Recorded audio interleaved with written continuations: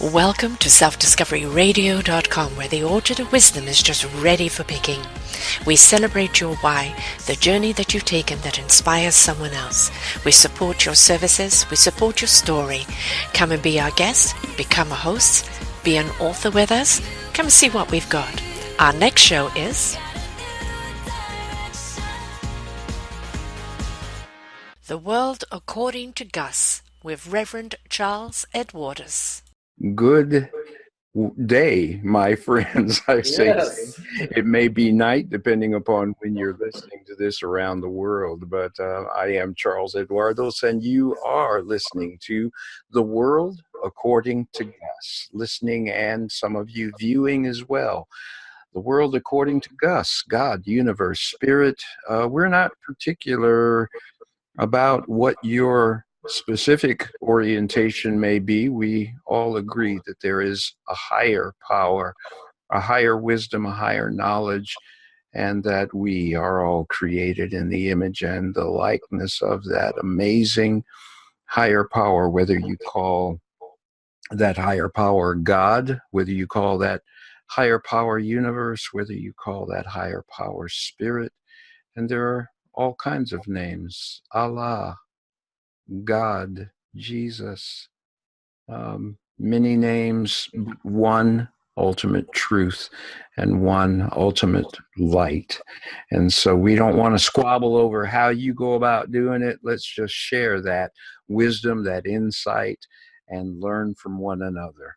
And today we're going to learn from a very special guest, not only a colleague in ministry, but a friend over many years. And I have been honored to walk a part of his path with him, the Reverend Dave Clements of the Unitarian Universalist Church, and interim pastor, kind of in transition from Cape Town, South Africa, and moving into a new call. But we'll let him introduce himself and tell you a little bit more about him. Welcome, Dave. Thank you. Thank you for this opportunity to share some of my experiences and also a little more about me. Currently, I'm living in Cape Town, South Africa. We'll be finishing up there in the next few months as their interim minister. That's been a wonderful opportunity to live abroad and to experience firsthand what it is to live in another culture, and also to, in many ways, be a minority within that culture. I'm excited to come back to the U.S. and to start February 1st in Peoria, Illinois, with a whole new congregation and a whole new set of challenges and opportunities for growth. One of the things that I've learned in ministry, and I have not been a lifelong minister per se as being called, but about in 2013, I received what I call is my call to the ministry. And I had a work career of being in professional fundraising, had started my own consulting firm. Yes. And things were really moving along and really growing, but I felt that there was something missing in my life and that there was more for me to do. And so after a long search of about 3 to 6 months, I, after a 6-hour, really, really in-depth arguing with the universe,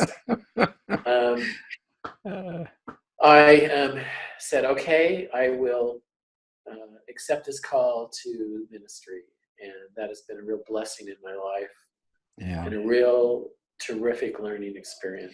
So, and I want to back up with part of that, and that's kind of thank you for that summary of your journey and how you kind of got to where you are, because this all relates to our subject today. Connecting to tapping into wisdom and insight. And tell us a little bit more. Now, again, you were am very familiar with your business. You had, and still do, you're kind of bivocational minister, as I am as well. You had Vision 21. Tell me how that, tell us a little bit about how that birthed. And I got the sneaking suspicion that was kind of Gus's way of moving you toward ministry. Yeah, I mean, I had been working professional fundraising for a consulting firm out of New York, and I had been traveling for about 5 years around the country. Lived in San Francisco, lived in New York for a while, lived in Washington, D.C., lived in Detroit, Michigan, lived in Cincinnati, Ohio, and then in Cleveland. And it was a great opportunity. I get to go into an organization and assess where their needs are and help them in improving their fundraising as well as in their membership building. And really learned a tremendous amount about perseverance and really following that, what I call your conscience, still small voice, whatever inside of oneself. Yeah. And I'm gonna jump in here too, because I want to touch your roots, your foundation, because your dad was of one faith and your mom was of a totally different, almost we might even say a diametric opposite faith. Talk to that a little. Yeah, that is correct. Catholicism and Judaism. So I was really raised with double guilt. Oh, no. But it really provided me with a really broad understanding of religion and values, and it's something that I've come to draw upon. I think out of that was just being raised with an idea of having an open mind, and that there was many ways in which one could approach God, Gus, universe, whatever you want to call it, and that there were really wonderful people who I've met along the way who were very committed to a faith, and at the same time offered me such great teachings. So, you know, when you start up with that, you really kind of, from a religious standpoint, I had my early beginnings from even my parents, but also from my grandparents, who really taught me a great deal about relying on oneself and the spirit within. And I never knew exactly what that came to mean until later on in my life, and now particularly as a minister. But I can think back any time in my professional career, and I've had the blessing of really having a very varied career in several industries. But I always reached a point where I knew that I had accomplished what I needed to do and it was time to move on. Okay. And I felt a direction and a confirmation that that was the right decision. And so every single time I moved into something else, and it was another learning, and I took with me the skills that I had had from the previous. So okay. So talk a little bit about how this connection to this inner wisdom, it's kind of like it's always there, it's always been there in your life, but there's been an evolution, so to speak, of how you have come to recognize that inner wisdom, to recognize that inner guidance. Well, I think that, it took me many, many years, and I had to get out of my own way and my own ego and my own puffed up sense of myself. And what I mean by that is I so much of my adult life was lived from a point of, well, if I do this, I'll be recognized. If I do this, people will think that I'm wonderful. and I accomplish much, but that also leaves a real emptiness because you're not really being authentic. And as I got into ministry, I really began to work on authenticity. And I think one of the first things that I would say in beginning to listen to that inner wisdom is to really work on authenticity. Because I learned how to do things, not because I was going to get accolades, but because it was the right thing to do and because it was something that I felt I should do. And to me, that's been a tremendous progress, and it's taken me many years to learn that, and I'm still learning. But I think authenticity really has to be in the mix if you're really going to draw upon the wisdom. Absolutely. But would you mind maybe sharing? I remember, I think it was your first year in seminary, and how you had this experience of having to kind of get down at a very personal level and sharing with your classmates, those that were in your class at the time, and you were saying to me, like, it's like, I don't want to do this. This isn't. I'm not sure if this is for me, But that was kind of a transformative step for you, going through that process. And that's when you, as I remember, that was when you really started embracing this authenticity, and dare I say, the Spirit started really coming alive in you. Is that? Yeah, and a lot of that was based on the fact that, the inner Dave was blocked. And so what people saw was what I wanted, what I chose to have them see. Yeah. But the feelings, all those stuff were just kind of bottled up inside and had been hushed and pushed down and pushed down and pushed down. And so when I came face to face with people asking questions, well, what do you feel about this? And I thought, what do you mean, how do I feel about this? And I learned, from some real wonderful people who I would classify as feelers, that it was okay to begin to be vulnerable. It was okay to begin to peel away the facade and to really get down. And you're absolutely right. The first year, every class I was in, the teacher would say, now, how do we feel about this?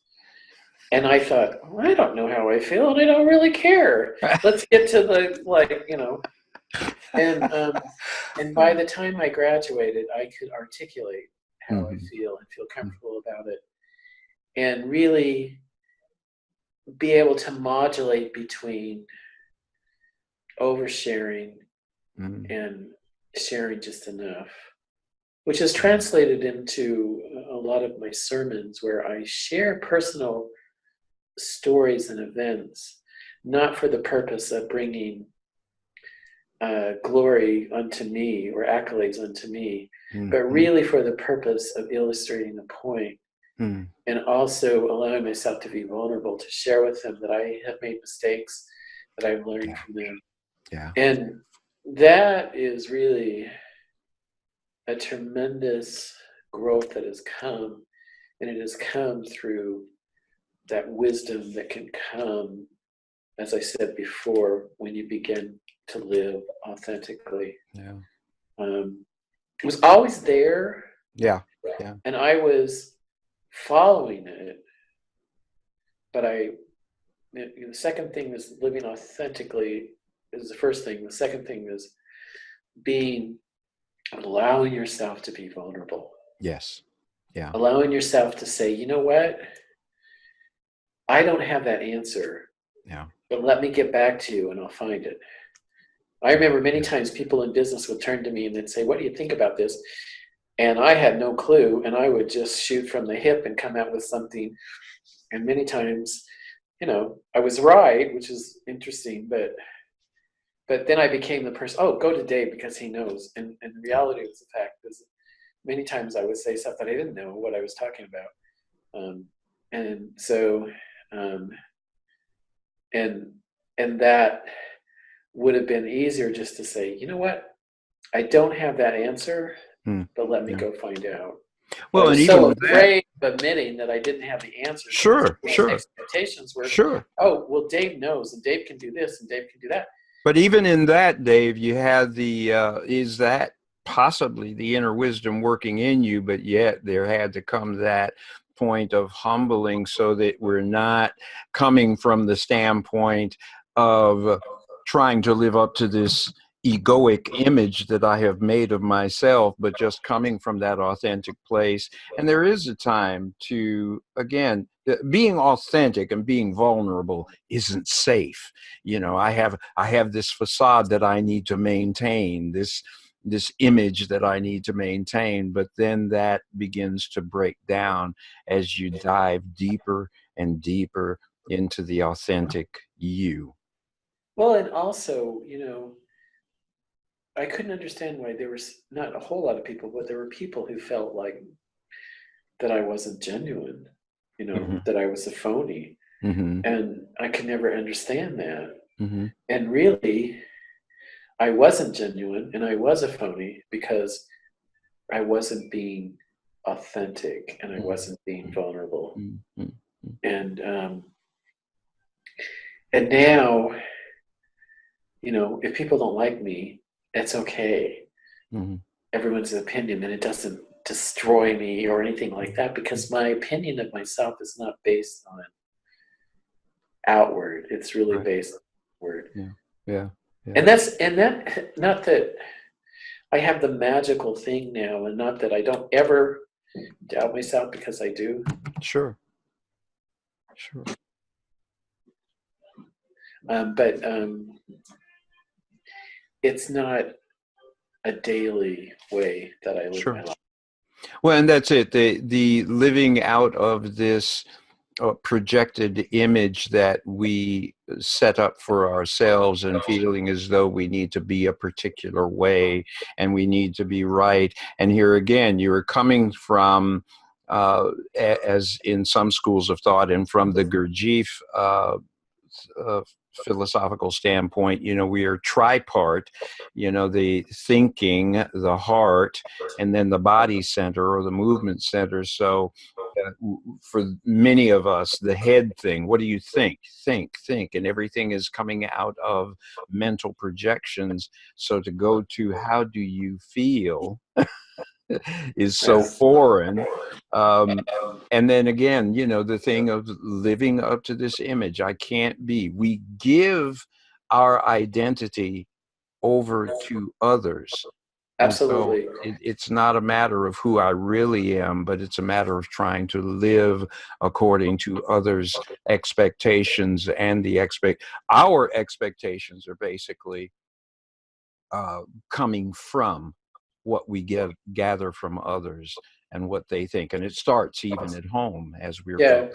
And it's by living that way, you're giving away your own personal power. Exactly. And you know, since I've been trying to live an authentic life, I've really felt a sense of a power, not power in, as we think of in a worldly sense of, you know, you have power over somebody else. Right.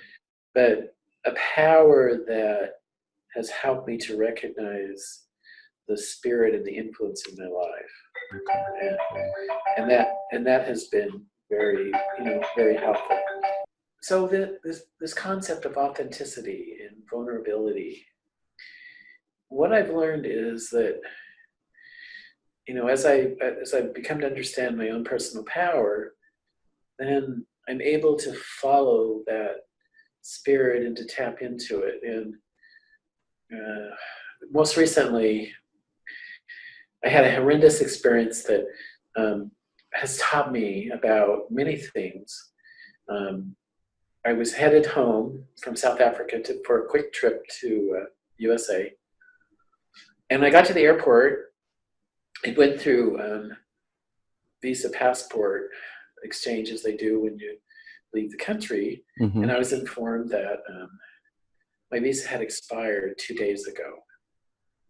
And so I was told that I couldn't get back into the country until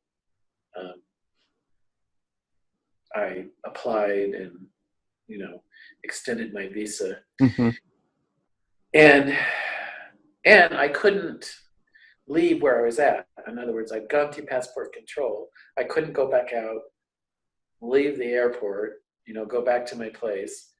I had to continue on out of the country. And I had only brought a few little things because I was only going to be in the States for a week. And so the place that I was living, everything that had clothes and personal effects and all that other stuff was there, and there was no way for me to go back and get it. And I got on the plane and I recognized I had a long flight ahead of me. And so I just said, well, I can't really do a whole lot about this. I'm flying for the next 30 hours. Yeah.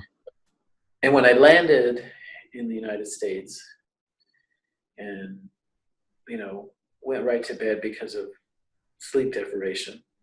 When I got up the next morning, I asked for clarity and peace. And what unfolded was each day, the answers came as to what I needed to do for that day. And one of the things that came out of it was that I had known that there were some opportunities for ministry starting the first part of the year because of ministers retiring at the end of the year. And so I felt really that what I needed to one day was update my online record and send it to the person who was placing. And I did that. And the very next day, I received 2 emails, one in the afternoon and one in the morning. Wow. From these congregations who said, I've received your ministerial record and we want to talk with you. Wow. I talked with both of them, one day, one the next, within about a 3-day period of time when they received this. And within 4 days, I was offered a contract. Now, wow. I didn't plan this. I didn't say, oh, I'm going to go to the U.S. and while I'm there, I'm going to interview, blah, blah, blah, blah. And so I share that not because to puff me up, but to share and illustrate the point that when we allow ourselves to let go and to live in the moment, yes, and to connect with a higher power, yes, our life is guided. yes. And it's not always, in fact, most of the time I believe strongly, it's not always what you think it will be or what it will end up. Right. But it's always the right. Right. And I know that sounds trite and crazy, but I know it's No. It really doesn't. And in some traditions, this is what we call giving a testimony of the goodness of God, the goodness of Gus, and how ultimately Gus is orchestrating everything, and it's really our job to learn how to get into the flow of what is. Well, get into the flow of what is, and that's where I want to challenge you to come back and share with us how are some of the ways, what happens in you or through you that affirms that you are moving in the right direction. How do you know, or do you know? Is it something that emerges as things unfold? But in this experience that you had, how did you connect with that inner wisdom? What are some of the things that you consciously and specifically did? Well, first off, in meditation, which I believe strongly in and I do every day, I admitted that I had no clue on how I was going to handle this situation, and I asked specifically for clarity and for wisdom. And it wasn't that I got up and all of a sudden I had clarity. No. I went about my day and tried to approach it by first thinking, okay, what can I do? You know, I made a list of all the issues and problems, and I said, okay, what can I do right now? And as I sat there, then the promptings came, and then I followed it. Okay. And then, you know, and I've learned even before I was a minister and in other parts of my life, when I came across that point where I was really humbled because of my arrogance and the situation that I found myself in, when I said, okay, what can I do right now? No. And the answer and the clarity has always come. Okay. And it doesn't mean that it has solved the situation, but it's helped to give clarity and insight in a different way that I wouldn't have had before. And sometimes the answers come immediately, and other times they don't come until after being engaged in it. A good example is when I received the call to go to South Africa. I knew right away that I needed to do that. And I knew that I was supposed to go there, and I just felt it with every fiber of my being. Okay. When I was offered this position in Peoria, Illinois, even though I was told that, you know, it was a unanimous decision and all that other stuff, I still had great doubts. And it took me going there and meeting with the people and beginning to put aside my fears, my concerns, my issues, and be in the present moment. Then the whispering of the Spirit happened. Okay. And a witness that this was correct happened. And it doesn't make this change any easier. It doesn't do anything like that. Right. But it creates a solid foundation. And I think what we all want in our life in the moment is to have a solid foundation that at least, you know, maybe we're standing at the base of a mountain ready to climb it. Yes. Not literally, but figuratively. Or maybe we've reached the top of the mountain and we don't know, you know, to climb another mountain, or do we need to go down into the valley for a while? And that's when drawing upon the Spirit will always help you and answer you. Yeah. And what do I do now? Yeah. Yeah, and that question comes, and it comes in so many ways. And, you know, so much Gus answers are cries to other people. Yeah. People are sent to us in our life, and they, well, for whatever reason, sometimes it's strangers, sometimes it's friends, sometimes it's family. Yes. But it's always somebody. You know, I don't profess to sitting in a room and having an angel visit me, and that probably never will happen, but who knows. But I can profess to the fact that every single time an answer has come by way of a person. Okay. I think I remember one time when you just, how did you put it? And maybe the person is a confirmation, but there, as you say, there comes that inward knowing that doesn't come from any person, and you can't really explain it. You can't really point to any particular thing or whatever. It's just, as I put it sometimes, a knowing in your knower that this is the right thing. So, and it's that assurity that you look outside and the sun is up. Yes. You know, and you can't describe that, but it is. So yeah. Or even that when the sky is overcast and you just have that deep knowing that I know above those clouds the sun is still shining. That's that's even sometimes a more profound knowing. There's nothing in the sensory realm that would confirm or bring any level of peace, but there is just that inward connection to God, the universe spirit, that lets us know everything is fine. And talk to me about this, the whole idea of staying in this present moment. This moment matters. Yeah, that is really a hard thing to do because, we're either dwelling upon past mistakes, beating ourselves up, or we're looking on future of things that we need to do or feel are important or have to do. Yeah.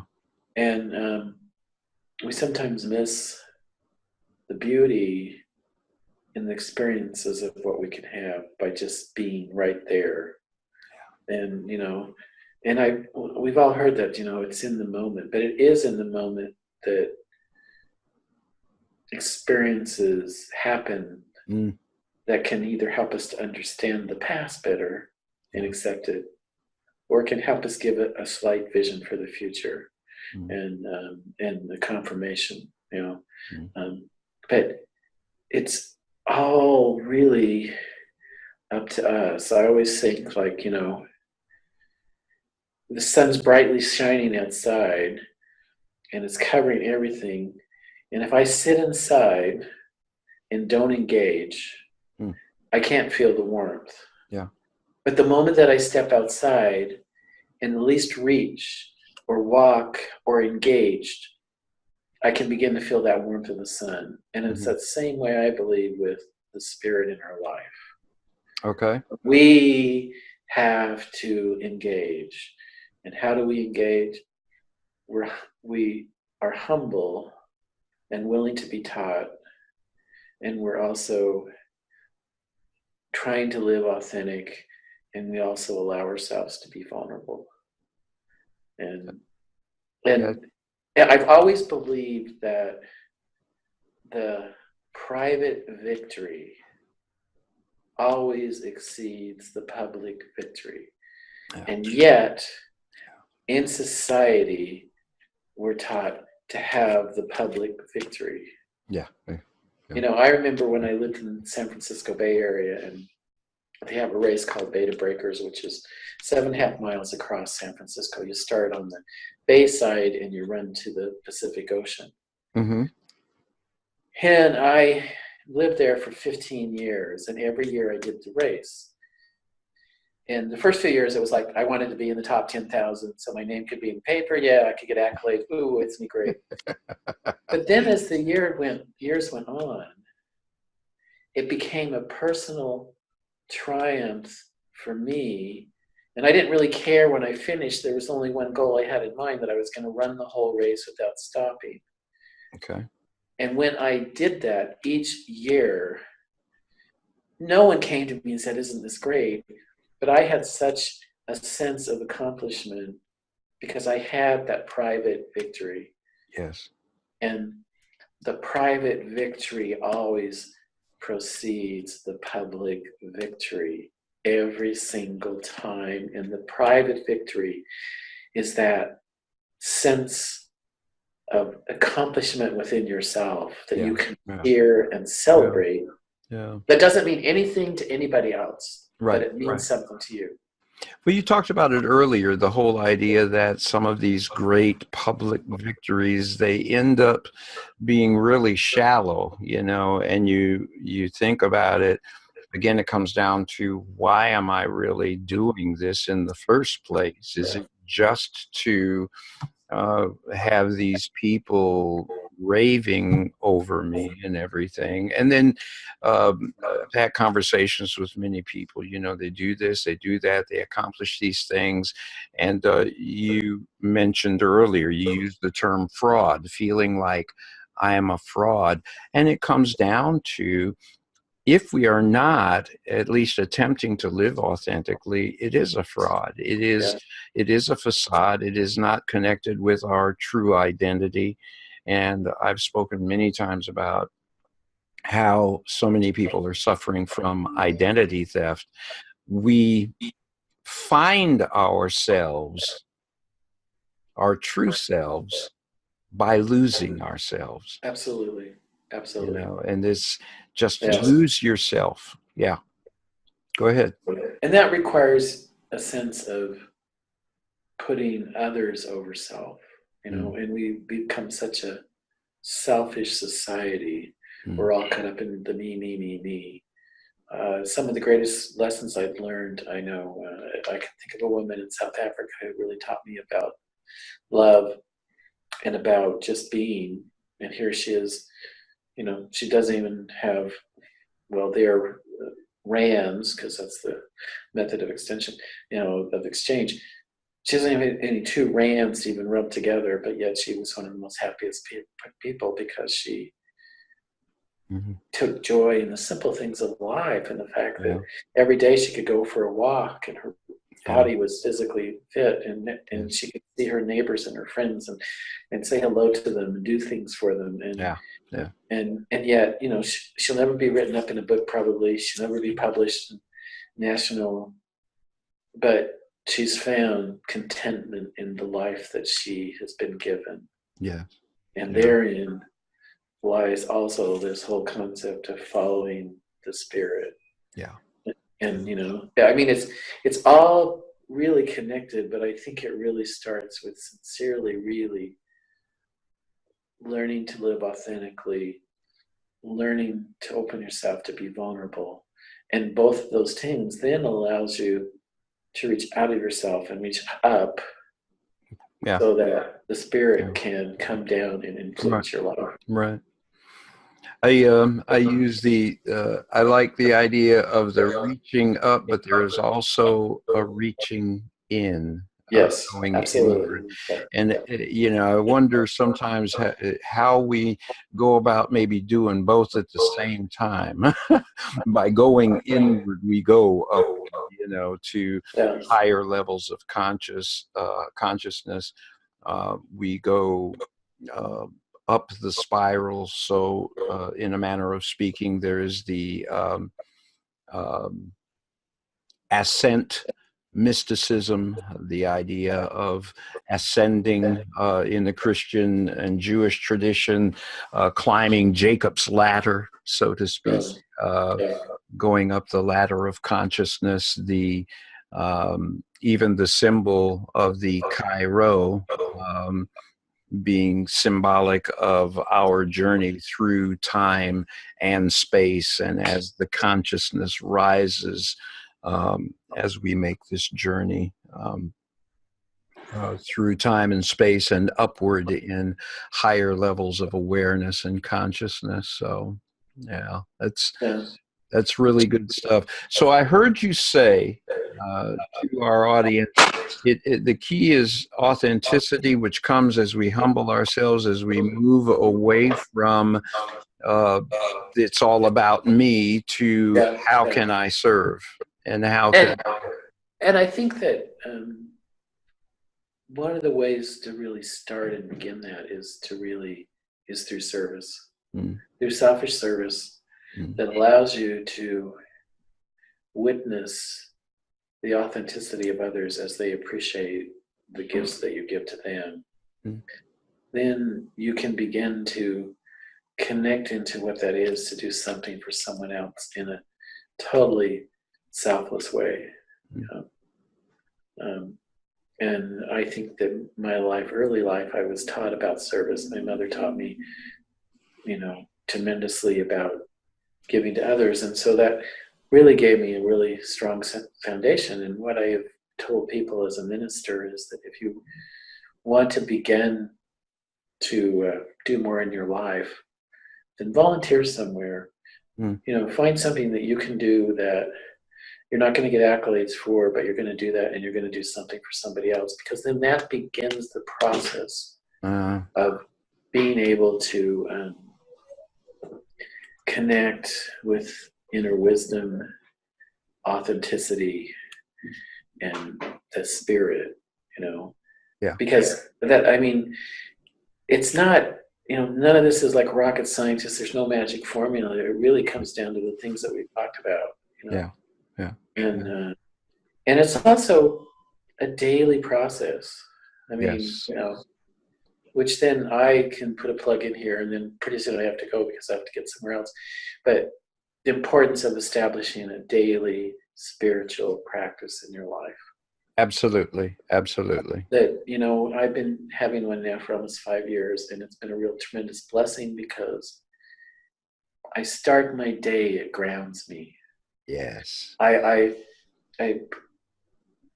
silence all the noise and all the issues and all the problems. And Yes. And I read sometimes from wisdom, sometimes I read poems, sometimes I read a story, but I always just sit. Yeah. And try and open myself to the whisperings. And yes. The answers always come. Maybe sometimes it comes right then, other times it comes during the day. Yes. But so I can't encourage enough for people to establish a spiritual practice in their life. And I tell people, take 5 minutes in the morning. We all think we're so busy. Yeah. Take 5 minutes, go somewhere where no one's going to bother you, and just sit.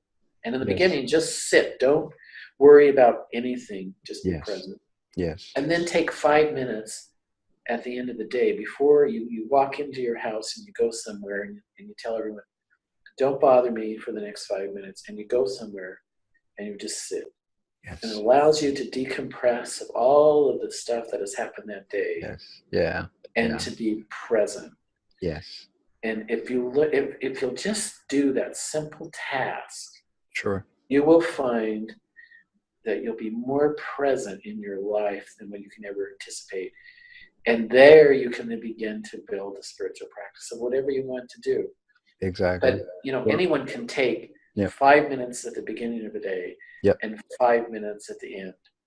And that is a spiritual practice. That is a beginning. It can go deeper. And there are, we've had Jeff Hutchinson on his,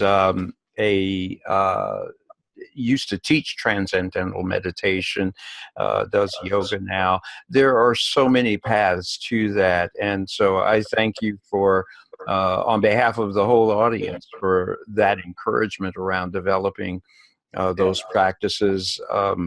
As you well know, I have mine for years and years and years, and there's nothing like it. And just stilling the mind, which is a task within itself. Yeah, absolutely. Well, Dave, listen, I know that you've got so much on your plate. I appreciate you coming, spending some time with us here on the it's been wonderful. And, to Gus. I applaud what you're doing, and I'm thankful for the opportunity to share. So, and Godspeed to you as you continue in your ministry and just enhancing lives, setting people free, pointing them into that inner wisdom and guidance and knowledge, the insight that is everyone's, the riches that are inside. Dave Clements, the Reverend Dave Clements of the Unitarian Universalist Church, and soon to be pastor over in the Peoria, Illinois area. And stay tuned into The World According to Gus as he gets his new location settled. We'll have information how, if you want to reach out to Reverend Dave, you'll be able to do that as well. In the meantime, I am your host and will remain so forever and ever, the Reverend Charles Eduardos, and this is The World According to Gus. We'll see you next time. Thank you.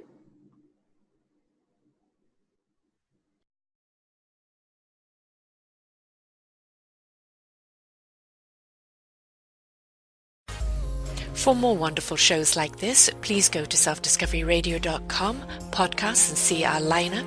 And if you wish to support us, we have a funded button. Please stay tuned for our next show.